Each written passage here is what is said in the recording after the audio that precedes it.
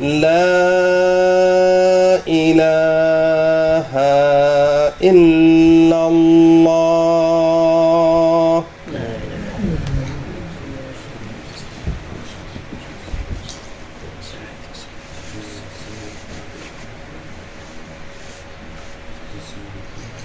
إن الحمد لله نحمده ونستعينه ونستغفره ونعوذ بالله من شرور أنفسنا ومن سيئات أعمالنا من يهده الله فلا مضل له ومن يضلل فلا هادي له وأشهد أن لا إله إلا الله وحده لا شريك له وأشهد أن محمدا عبده ورسوله اللهم صل وسلم وبارك على نبينا محمد وعلى آله وصحبه أجمعين أما بعد فقد قال الله تعالى في القرآن الكريم وأن ليس للإنسان إلا ما سعى صدق الله العظيم يا أيها المصلون الكرام Allah subhanahu wa ta'ala is describing in Surah An-Najm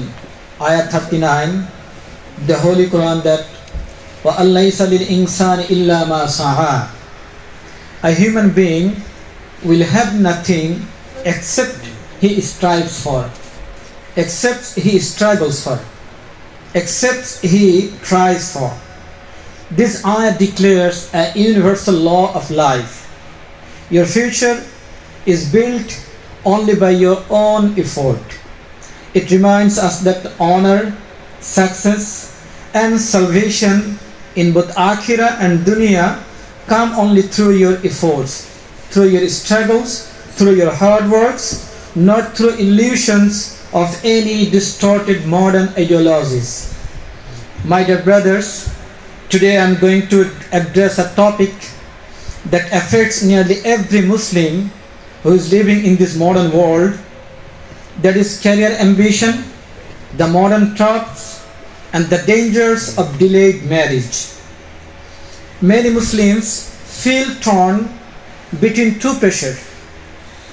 One is when religious communities sometimes talk as if caring about your career means you love the dunya too much, and another voice is the world around you rewards ambition, and without it you think that you will fall behind. This tension leaves many Muslims guilty, confused and spiritually conflicted that which one is true. The answer is none of them is true. Islam does not condemn career ambition. Islam just distinguishes between praiseworthy aspiration rooted in purpose and blameworthy excess driven by your ego. Our Deen gives us a clear framework to career ambition, to purify it and to channel your career ambition towards Allah. Let us see what is the direction of Quran about the career growth. Allah Himself teaches us to seek growth and advancement by saying, وَقُلْ رَبِّ زِدْنِي عِلْمًا. Allah is teaching us that you say, "Oh my Lord, please increase me in knowledge. Please increase me in capacity. Please increase my excellence." And this is the foundation of Islamic career ambition. And the Prophet ﷺ said, "Inna Allah yuhibbu idha amila ahadukum amalan an yutqinahu." Allah loves that when one of you does a job, he does it with the utmost excellence. This hadith is deeply practical. It means Allah wants you to do your job well. When you improve your dunya, keeping a strong iman in your qalb, you are not just improving your dunya, you are just obeying the commands of Allah. Allah has commanded us to seek His blessings. So you are seeking the blessings of Allah and you are obeying the commands of Allah. So Allah wants you to learn highest qualification, highest skill, highest techniques to excel in your career. It means your excellence requires efforts, it requires aiming high, it requires ambition. Dear brother, আমি পবিত্র কোরআনের একটি আয়াত তেলাওয়াত করেছি।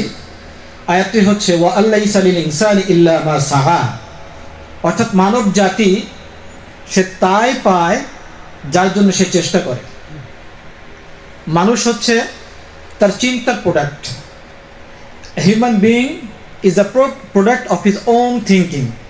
তো আপনি যা চিন্তা করেন আপনি ঠিক তাই।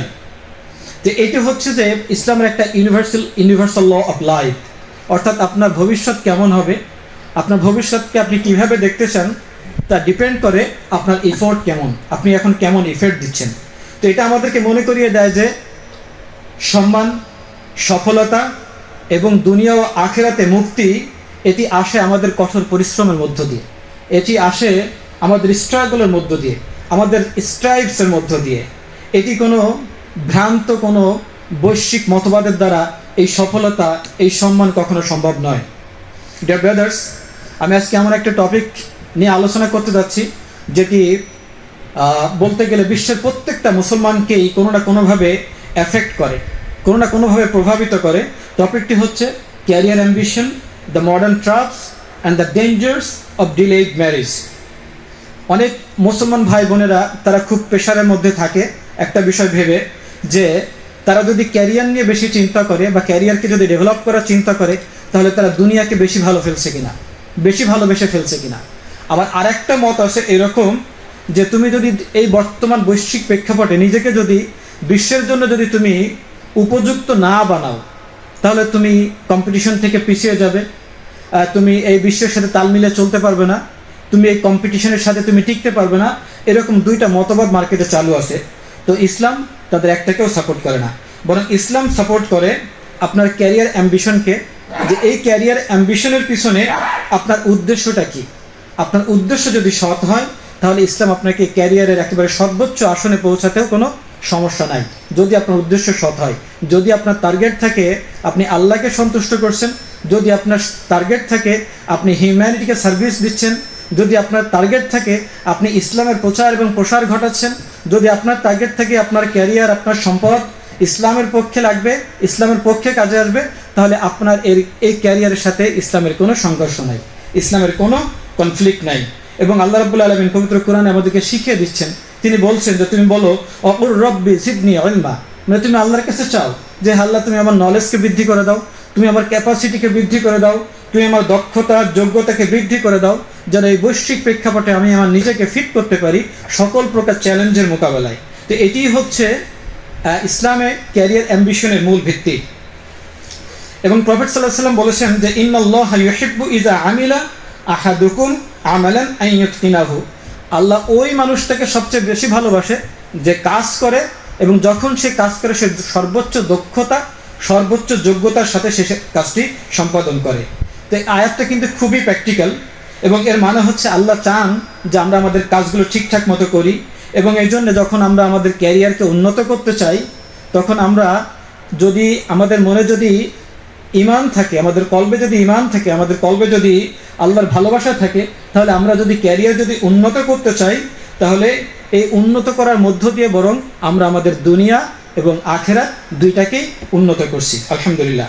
তো আল্লাহ চান যে আমরা হাইয়েস্ট কোয়ালিফিকেশন অর্জন করি, আমরা হাইয়েস্ট স্কিল, হাইয়েস্ট টেকনিক্স অর্জন করি, যেন আমরা এই বৈশ্বিক প্রেক্ষাপটে যে কোনো কাজের জন্য নিজেদেরকে উপযুক্ত করতে পারি, যে কোনো চ্যালেঞ্জ মোকাবেলায় নিজেদেরকে ফিট রাখতে পারি, যেই কোনো কাজে আমরা যেন দক্ষ, যোগ্য এবং সক্ষমতার সর্বোচ্চ শিখরে উঠতে পারি, তার জন্য আমাদেরকে প্রচেষ্টা চালানো উচিত। এবং এই ব্যাপারে ইসলামের সাথে ক্যারিয়ার অ্যাম্বিশনের কোনো সংঘর্ষ বা কনফ্লিক্ট নাই। Dear brother, your career ambition is not a problem in Islam. The real problem is obsession. Islam encourages striving, progressing, and building a dignified livelihood. But it asks one essential question: what is driving your ambition? Is your goal to surpass others by any means, or the pursuit of excessive consumption, or seeking power for oppressing others, or unlawfully taking the rights and the property of the other people? Does your ambition lead towards haram income and haram spending, taking drugs, zina, inappropriate behavior, or flaunting wealth to impress people that I am something different, I am superior? If so, then the ambition is corrupt. Islam does not oppose ambition. It opposes ambition that damages the soul and distances you from your Creator Allah.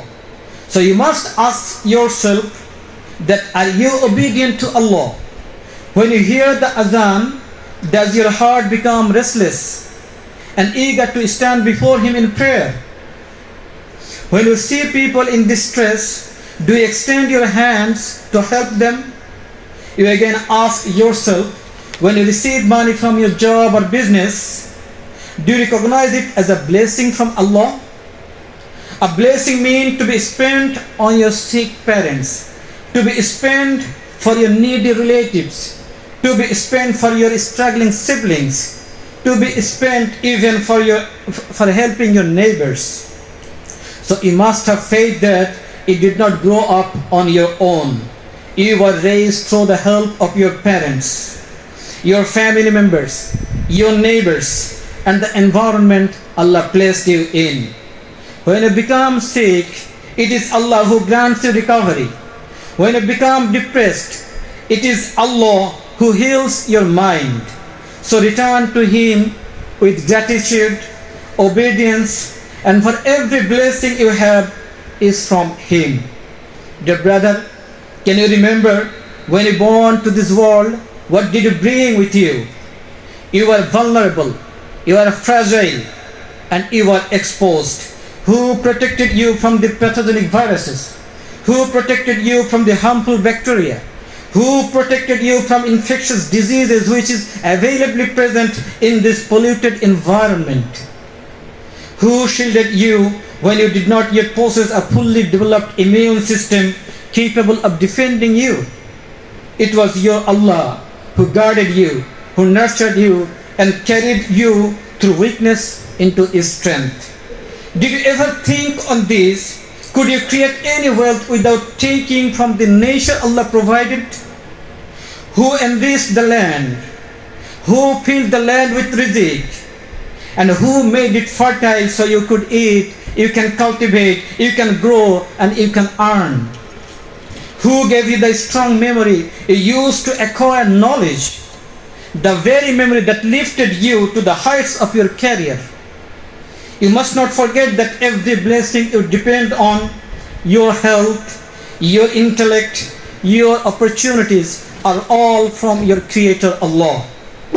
And remember, everything you take from this earth will remain here. Nothing will accompany you to your grave.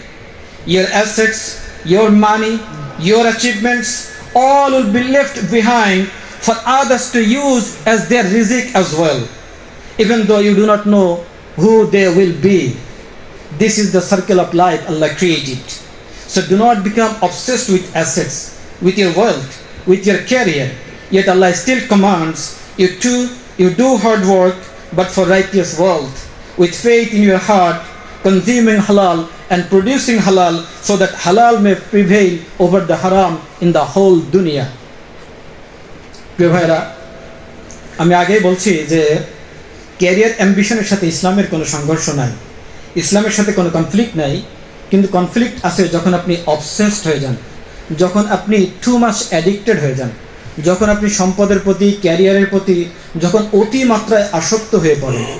ইসলাম আপনার progress, আপনার striving, আপনি যে একটা মর্যাদাপূর্ণ জীবনযাপন করতেছেন সেটিকে support করে, সেটিকে এনকারেজ করে। কিন্তু আপনাকে একটা কোশ্চেন আপনাকে মনে রাখতে হবে যে আপনার এই অ্যাম্বিশন কিসের দ্বারা তাড়িত, আপনার এই অ্যাম্বিশন এর উদ্দেশ্যটা কি? Is your goal to surpass others by any means? যে আপনি কি যে কোনো মূল্যে সম্পদে, অর্থে, বৃত্তে, ক্ষমতায় অন্যকে ছাড়িয়ে যেতে চান? নাকি আপনি অত্যাধিক ভোগবিলাস চান? নাকি আপনি ক্ষমতা চান অন্যকে উৎপীড়ন করার জন্য, অন্যকে নিপীড়ন করার জন্য, অন্যের উপর অত্যাচার চালাবার জন্য? নাকি আপনি ইল্লিগালি, অন্যায়ভাবে অন্যের সম্পদ, অন্যের অধিকার হরণ করতে চান? আপনার উদ্দেশ্যটা কি? এটা আপনাকে আগে ফিক্স করতে হবে, এটা আপনাকে সিদ্ধান্ত নিতে হবে। Does your ambition lead towards হারাম স্পেন্ডিং অর হারাম ইনকাম? যদি আপনার অ্যাম্বিশন হয় যে আপনি হারাম ইনকাম করবেন, হারাম স্পেন্ডিং করবেন, আপনি ড্রাগ নেবেন, আপনি জিনা ব্যভিচারে লিপ্ত হবেন, আপনি মানুষের সাথে খারাপ ব্যবহার করবেন, এমনকি আপনি আপনার সম্পদকে জাহির করবেন এইটা দেখানোর জন্য যে আপনি অন্যদের চেয়ে ডিফারেন্ট, আপনি অন্যদের চেয়ে আলাদা, আপনি অন্যদের চেয়ে সুপেরিয়ার, তাহলে আপনার এই অ্যাম্বিশন করাপ্ট, এটি ত্রুটিপূর্ণ। এই অ্যাম্বিশনকে ইসলাম কখনোই সাপোর্ট করে না, বরং ইসলাম সাপোর্ট করে যে আপনি আপনার অ্যাম্বিশনকে আল্লাহর সাথে কানেক্ট করবেন, ইসলামের সাথে কানেক্ট করবেন, ধর্মের সাথে কানেক্ট করবেন, ধর্মের সাথে আপনি কানেক্টেড থাকবেন, আপনি সংযুক্ত থাকবেন। এই যদি অ্যাম্বিশন যদি আপনার থাকে তাহলে ইসলাম সেটিকে সাপোর্ট করে। এই জন্যে আপনার নিজেকে নিজে প্রশ্ন করতে হবে যে আপনি কি আল্লাহর প্রতি ওবিডিয়েন্ট কিনা, আপনি আল্লাহর প্রতি লয়াল কিনা, আপনি অনুগত কিনা। যে যখন আপনি আজান শোনেন তখন আপনার হৃদয়টা ব্যাকুল হয় কিনা যে আপনি মসজিদে এসে নামাজে দাঁড়াবেন, আল্লাহর সামনে দাঁড়াবেন, আল্লাহর সামনে নত হবেন, এই জন্য আপনার হৃদয়টা ব্যাকুল হয় কিনা, এটা আপনাকে চিন্তা করতে হবে। এবং আপনাকে আরও চিন্তা করতে হবে যখন আপনি আপনার প্রতিবেশী, আপনার পরিবারের সদস্য, আপনার ভাই বোনদেরকে যখন বিপদের মধ্যে দেখেন, তখন আপনার সম্পদ আছে, আপনি সমৃদ্ধ, আপনি সলভেন্ট, আপনি আপনার সাহায্যের হাত তাদের দিকে বাড়িয়ে দেন কিনা, এটিও আপনাকে চিন্তা করতে হবে। এবং আপনাকে আরও চিন্তা করতে হবে যখন আপনি আপনার ব্যবসা বাণিজ্য, আপনার চাকরি থেকে যে অর্থ পান, যখন অর্থ আপনার হাতে আসে তখন কি আপনি এটা মনে করেন কিনা যে আপনার এই অর্থ মহান আল্লাহ রাব্বুল আলামিনের পক্ষ থেকে আপনার জন্য একটি ব্লেসিং, আপনার জন্য একটি দয়া, আপনার জন্য একটি অনুগ্রহ, আপনি সেটি মনে করেন কিনা। যে অনুগ্রহ আপনাকে দেওয়া হয়েছে শুধুমাত্র আপনার নিজের ভোগ বিলাসের জন্য নয়, যে অনুগ্রহ আপনাকে দেওয়া হয়েছে যদি প্রয়োজন হয় আপনি আপনার বৃদ্ধ বাবা মার জন্য, আপনার অসুস্থ বাবা মার জন্য আপনি সেটি খরচ করবেন, আপনার ভাই বোনদের জন্য আপনি খরচ করবেন, আপনার আত্মীয় স্বজনের জন্য যদি প্রয়োজন হয়, কেউ যদি নিডি থাকে তার জন্য আপনি খরচ করবেন। এমনকি আপনার প্রতিবেশীরাও যদি কেউ নিডি থেকে কারো যদি প্রয়োজন হয় আপনি তাদেরকেও সহযোগিতা করবেন। ডিয়ার ব্রাদার্স, আপনার অবশ্যই এই বিশ্বাসটা থাকতে হবে যে আপনি কিন্তু নিজে নিজে সেই ছোট্টবেলা থেকে এই পর্যন্ত আপনি বড় হয়ে যাননি। আপনি 10 মাস বা একটা নির্দিষ্ট সময় আপনি আপনার মায়ের গর্ভে ছিলেন। মহান আল্লাহ রাব্বুল আলামিন আপনাকে অতি যত্নে সযত্নে আপনাকে মায়ের গর্ভে আপনাকে ধীরে ধীরে বড় করেছেন। এবং যখন আপনি মায়ের গর্ভ থেকে ভূমিষ্ঠ হয়েছেন তখন আপনি হাতে করে কী এনেছেন, আপনার কী ছিল, আপনি কী নিয়ে আসছেন। আপনি বিনা কাপড়ে, বিনা বস্ত্রে, বিনা সম্পদে আপনি পৃথিবীতে এসেছেন। এবং আপনি যখন পৃথিবীতে ভূমিষ্ঠ হন আপনি তখন খুব ভালনারেবল ছিলেন, খুবই ভালনারেবল ছিলেন। যে কোনো মুহূর্তে দেখেন আপনার জন্মের পর ডাক্তার এসে আগে দেখে যে আপনার অক্সিজেনটা ঠিক আছে কিনা, আপনার হার্টবিট ঠিক আছে কিনা, আপনার বাবা মা, আপনার পরিবারের সদস্য সবাই কনসার্ন থাকে যে আপনি ঠিক আছেন কিনা। অর্থাৎ আপনি কী পরিমাণ ভালনারেবল থাকেন সেই সময়। এমনকি যে সকল প্যাথোজেনিক ভাইরাসেস আছে, যে সকল হার্মফুল ব্যাকটেরিয়া আছে, যে সকল যে রোগ ব্যাধিগুলো এই প্রকৃতিতে আছে বা এই যে পলিউটেড এনভায়রনমেন্টের মধ্যে আছে সেগুলো আপনার ক্ষতি করতে পারে, এইটা চিন্তায় রেখে ডাক্তাররা, বাবা মা আপনাকে সর্বোচ্চ যত্নে আপনাকে মানুষ করার চেষ্টা করে।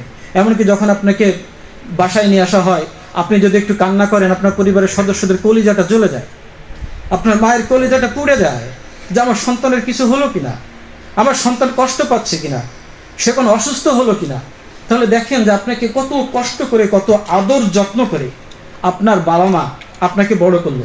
আপনার এই বড় করার পিছনে শুধু আপনার বাবা মায়ের অবদানই না, হয়তো আপনি রাস্তার উপরে হাঁটছেন, সামনে দিয়ে একটা গাড়ি চলে আসছে, গ্রামে গঞ্জে এরকম হয়ে থাকে, কেউ আপনার কোনো প্রতিবেশী আপনার হাতটা ধরে আপনাকে একটু সরিয়ে দিল, আপনাকে সেভ করলো একটা ডেঞ্জার থেকে, একটা অ্যাক্সিডেন্ট থেকে। আপনি হয়তো ভুল করে পানির মধ্যে ঝাঁপ দিয়েছেন, আপনি সাঁতার কাটবেন, আপনি সাঁতার জানেন না, আপনাকে ধরে আপনার প্রতিবেশী আপনাকে বাঁচিয়ে দিয়েছে। আপনি যখন অসুস্থ হয়েছেন, আপনার বাবা মা যখন অসুস্থ হয়েছে, হয়তো আপনার হাসপাতালে যাওয়ার মতো যানবাহন আপনার নাই, ট্রান্সপোর্ট সিস্টেম আপনার নাই, আপনার প্রতিবেশী কেউ একজন এসে আপনাকে হসপিটালে নিয়ে গিয়েছে, কেউ একজন ডাক্তারকে নিয়ে আসছে, কেউ একজন আপনাকে কোনোভাবে সহযোগিতা করছে। এই জন্যে আপনি কখনো একা একা বড় হয়ে যাননি, আপনি আল্লাহ রাব্বুল আলামিনের অনুগ্রহে বড় হয়েছেন। এমনকি যেই পরিবেশে আল্লাহ আপনাকে সৃষ্টি করেছে সেই পরিবেশও আপনার জন্য অনুকূল ছিল। অর্থাৎ যে দেশে আপনি জন্মগ্রহণ করেছেন আপনি সেই দেশের কাছেও ঋণী, সেই দেশের মানুষের কাছে ঋণী, আপনি সেই সমাজের মানুষের কাছে ঋণী, আপনি আপনার প্রতিবেশীর কাছে ঋণী, আপনি আপনার বাবা মার কাছে ঋণী, আপনি আপনার পরিবারের সদস্যদের কাছে ঋণী, আপনি আপনার আত্মীয় স্বজনদের সবার কাছে আপনি ঋণী আছেন। এই জন্য আপনার এটি মনে করার কারণ নাই যে আমার সকল সম্পদ, আমার সকল অর্থবৃত্ত যা কিছু আছে তার সব কিছু আমি একা একা ভোগ করব। এই ক্ষমতা আল্লাহ রাব্বুল আলামিন, এই অধিকার আল্লাহ রাব্বুল আলামিন আপনাকে দেয় নাই, বরং আপনি সবার জন্য, কারণ আপনি সবার কাছে ঋণী। আপনি এজন্য একটি সামাজিক জীব, এই জন্য সমাজের সহযোগিতা নিয়েই আপনি বড় হয়েছেন। এই জন্য আপনাকে বলা হচ্ছে আপনি সামাজিক জীব। আপনি সমাজের ডেভেলপমেন্টের জন্য চিন্তা করবেন, আপনি দেশের ডেভেলপমেন্টের জন্য চিন্তা করবেন, আপনার কমিউনিটি ডেভেলপমেন্টের জন্য চিন্তা করবেন, পরিবারের সকল সদস্যদের ডেভেলপমেন্টের জন্য আপনি চিন্তা করবেন, আপনি একজন গার্ডিয়ান হবেন। এটিই হচ্ছে আপনাদের কাছে ইসলামের প্রত্যাশা। Dear brothers, now let me discuss some modern obsessions with career success. In today's world, people run after career success with such desperation that they exhaust their bodies, destroying their peace and drain their hearts, working endless hours just to stay ahead in a race of promotions, salaries, and recognition. Allah warns us, "Alhaakumut takasur," the competition for more and more wealth distracts you. When ambition becomes excessive, when a person works endlessly to deposit money for building mountains of assets, ignoring their health, neglecting family relationships, and abandoning ibadah and their connection with Allah, then Islam does not permit it. Dear brothers, now I'd like to mention some modern ideologies. We need to understand the current global trend that diverting even our educated and young generations from the righteous paths of religion, from the righteous path of faith. Number one is hedonism. Hedonism prioritizes pleasure, entertainment, and desire without boundaries. It doesn't believe in limit. It crosses the limit. Allah warns, "Inna Allah la yuhibbul mu'tadin." Indeed, Allah does not love the transgressors. So when hedonistic thinking enters a person's life, politeness, modesty, religious practices, and ibadah begin to fade. Number two, secular feminism. Secular feminism promotes financial independence at any cost, sometimes normalizing moral compromise for status or for lifestyle. It convinces that your body and beauty is a commodity and you can sell it for money. You can sell it for promotions, for taking luxurious gifts in exchange of immoral relationships with other people. This mindset erodes our dignity, safety, and security that Islam guarantees for women. They become very vulnerable. It will be crystal clear if you look at the societies influenced by secular modernity, where rising rates of violence, harassment, rape, and exploitation reflect the absence of spiritual and moral protection. Let's see what Islam says about a woman. Islam teaches that women's dignity is sacred. Allah commands kindness, justice, and protection towards women. He says, "Ar-rijalu qawwamuna 'ala an-nisa'i." In this ayah, Allah orders men to provide their financial security, to provide their physical safety, to provide their emotional protection and moral support. The corrupted secular feminism is never able to treat women fairly. Number three, social Darwinism. I think you have heard about the Darwinism, the theory of Darwinism, but I'm saying about social Darwinism. Encourages people begin to think that every unethical shortcut such as corruption, bribery, stealing, losing character, losing virginity, everything is justified to just stay ahead. It dehumanizes individuals and makes them selfish, ignoring all moral responsibilities. They stop caring for their parents, for their relatives, for their neighbors, and even lose the sense of accountability to their Creator of Allah. So when this perverted theory takes root in a person's life, it weakens our faith, it distances from your religion, it destroys the spiritual values that protect human dignity. Number four is capitalistic consumerism. Capitalistic consumerism drives people into status competition, endless consumption, making money at any cost, and turn people into machines without spirituality. When a new brand appears, for example, when a new brand appears, you feel the old car no longer suits you and your children. Again, you think that one apartment is not enough for you. One house is not enough for you. You must buy more houses for every child you have, and even for your grandchildren. Not only that, you spend unnecessarily on different types of brands. And to meet those growing demands, you often pursue unethical means to earn money. Allah warns us, وَلَا تُسْرِفُوا إِنَّهُ لَا يُحِبُّ الْمُسْرِفِينَ. Do not be extravagant, Allah does not love them. But there is a danger that by defining the entire future of your children, you make them dependent on you. You make them lazy, and they become unwilling to strive for skills and education. Unfortunately, being used to luxurious lifestyles at one stage of their life, they sell the very house you bought for them. This does not secure their future. Rather, it destroys their future. Allah says, حَتَّى زُرْتُمُ الْمَقَابِرِ. This trend of unhealthy race for asset will take you to the graves. Allah again warns us, يَا أَيُّهَا الَّذِينَ آمَنُوا لَا تُلْهِكُمْ أَمْوَالُكُمْ وَلَا أَوْلَادُكُمْ عَنْ ذِكْرِ اللَّهِ. O believers, do not let your wealth and children distract you from the remembrance of Allah. Dear brother, you must remember that the real asset is education, morality, skills, and the capacity to survive hardship. Instead of buying houses or cars for your children, you must teach them how to build their character and abilities so that themselves become asset. Dear brothers, these modern theories, these modern ideologies have already reshaped the world, and we are already affected by these theories. These perverted and unethical theories have already weakened our ethical, spiritual, religious, and family life.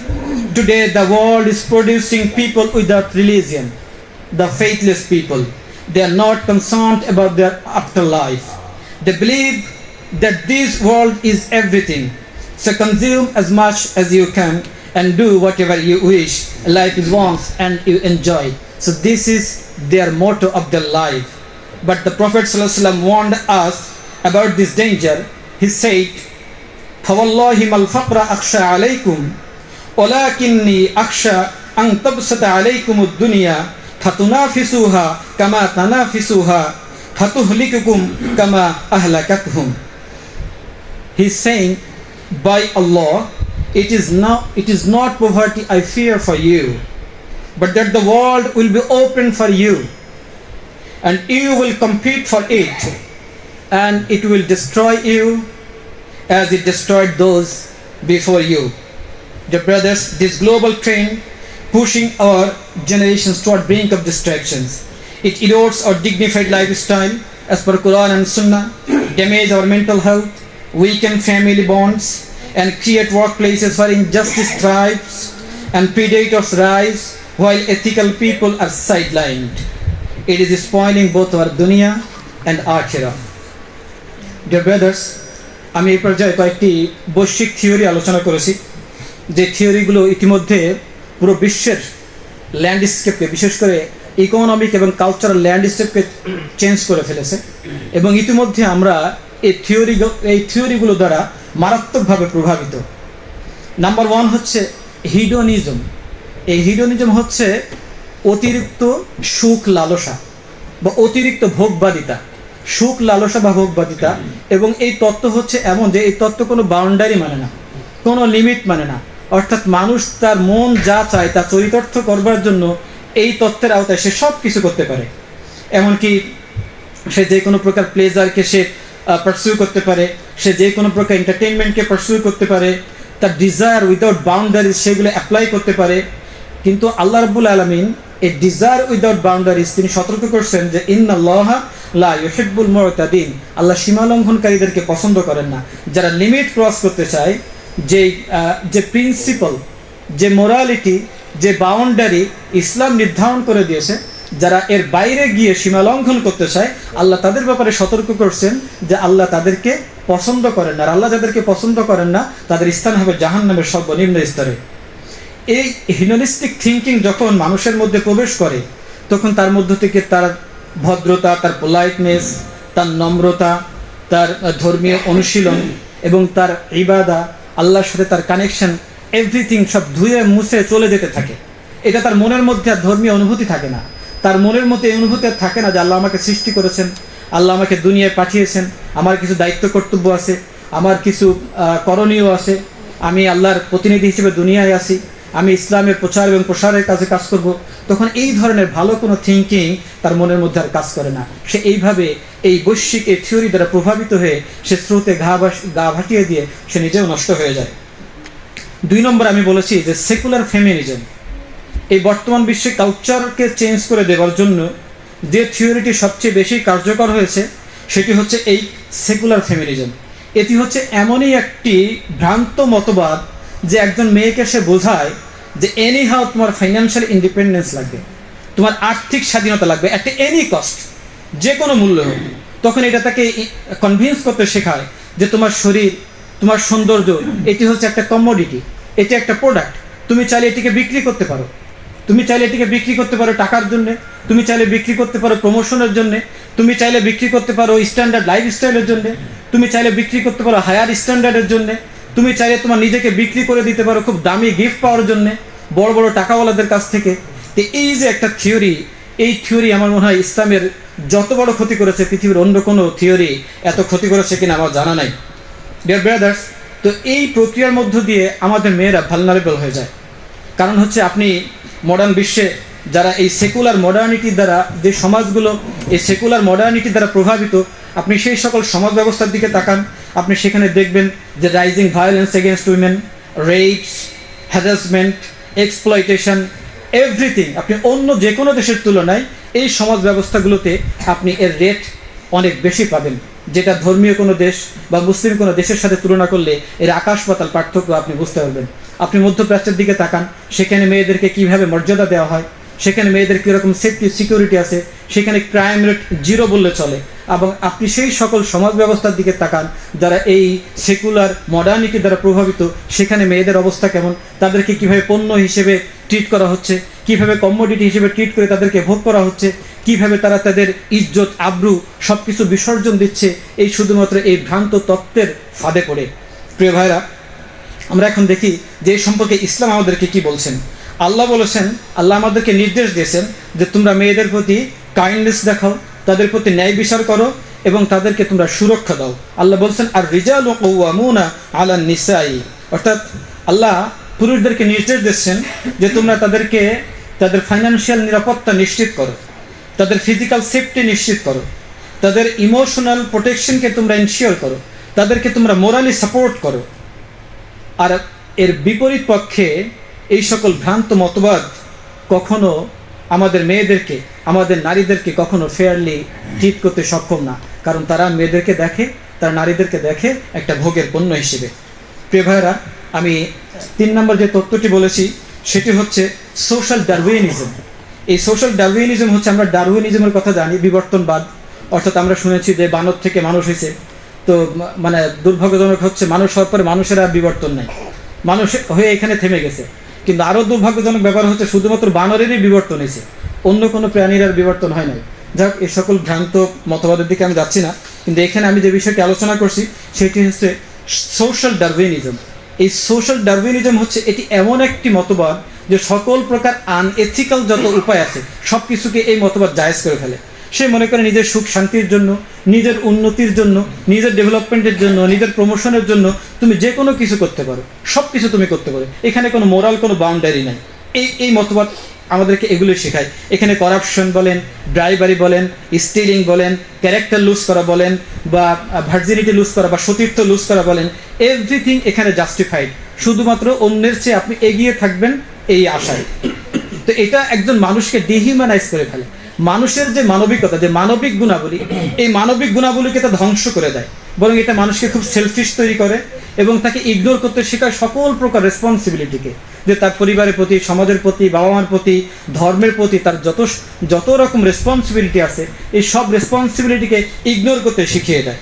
এবং তারা আরও শেখায় যে তুমি তোমার বাপ মার take care করা স্টপ করে দাও, এটা ফ্রুটলেস, তোমাকে পরিশ্রম করতে হচ্ছে, তোমাকে টাকা খরচ করতে হচ্ছে, কি দরকার? যারটা সে বুঝুক, এটা সরকার বুঝবে। তুমি এটা বন্ধ করে দাও।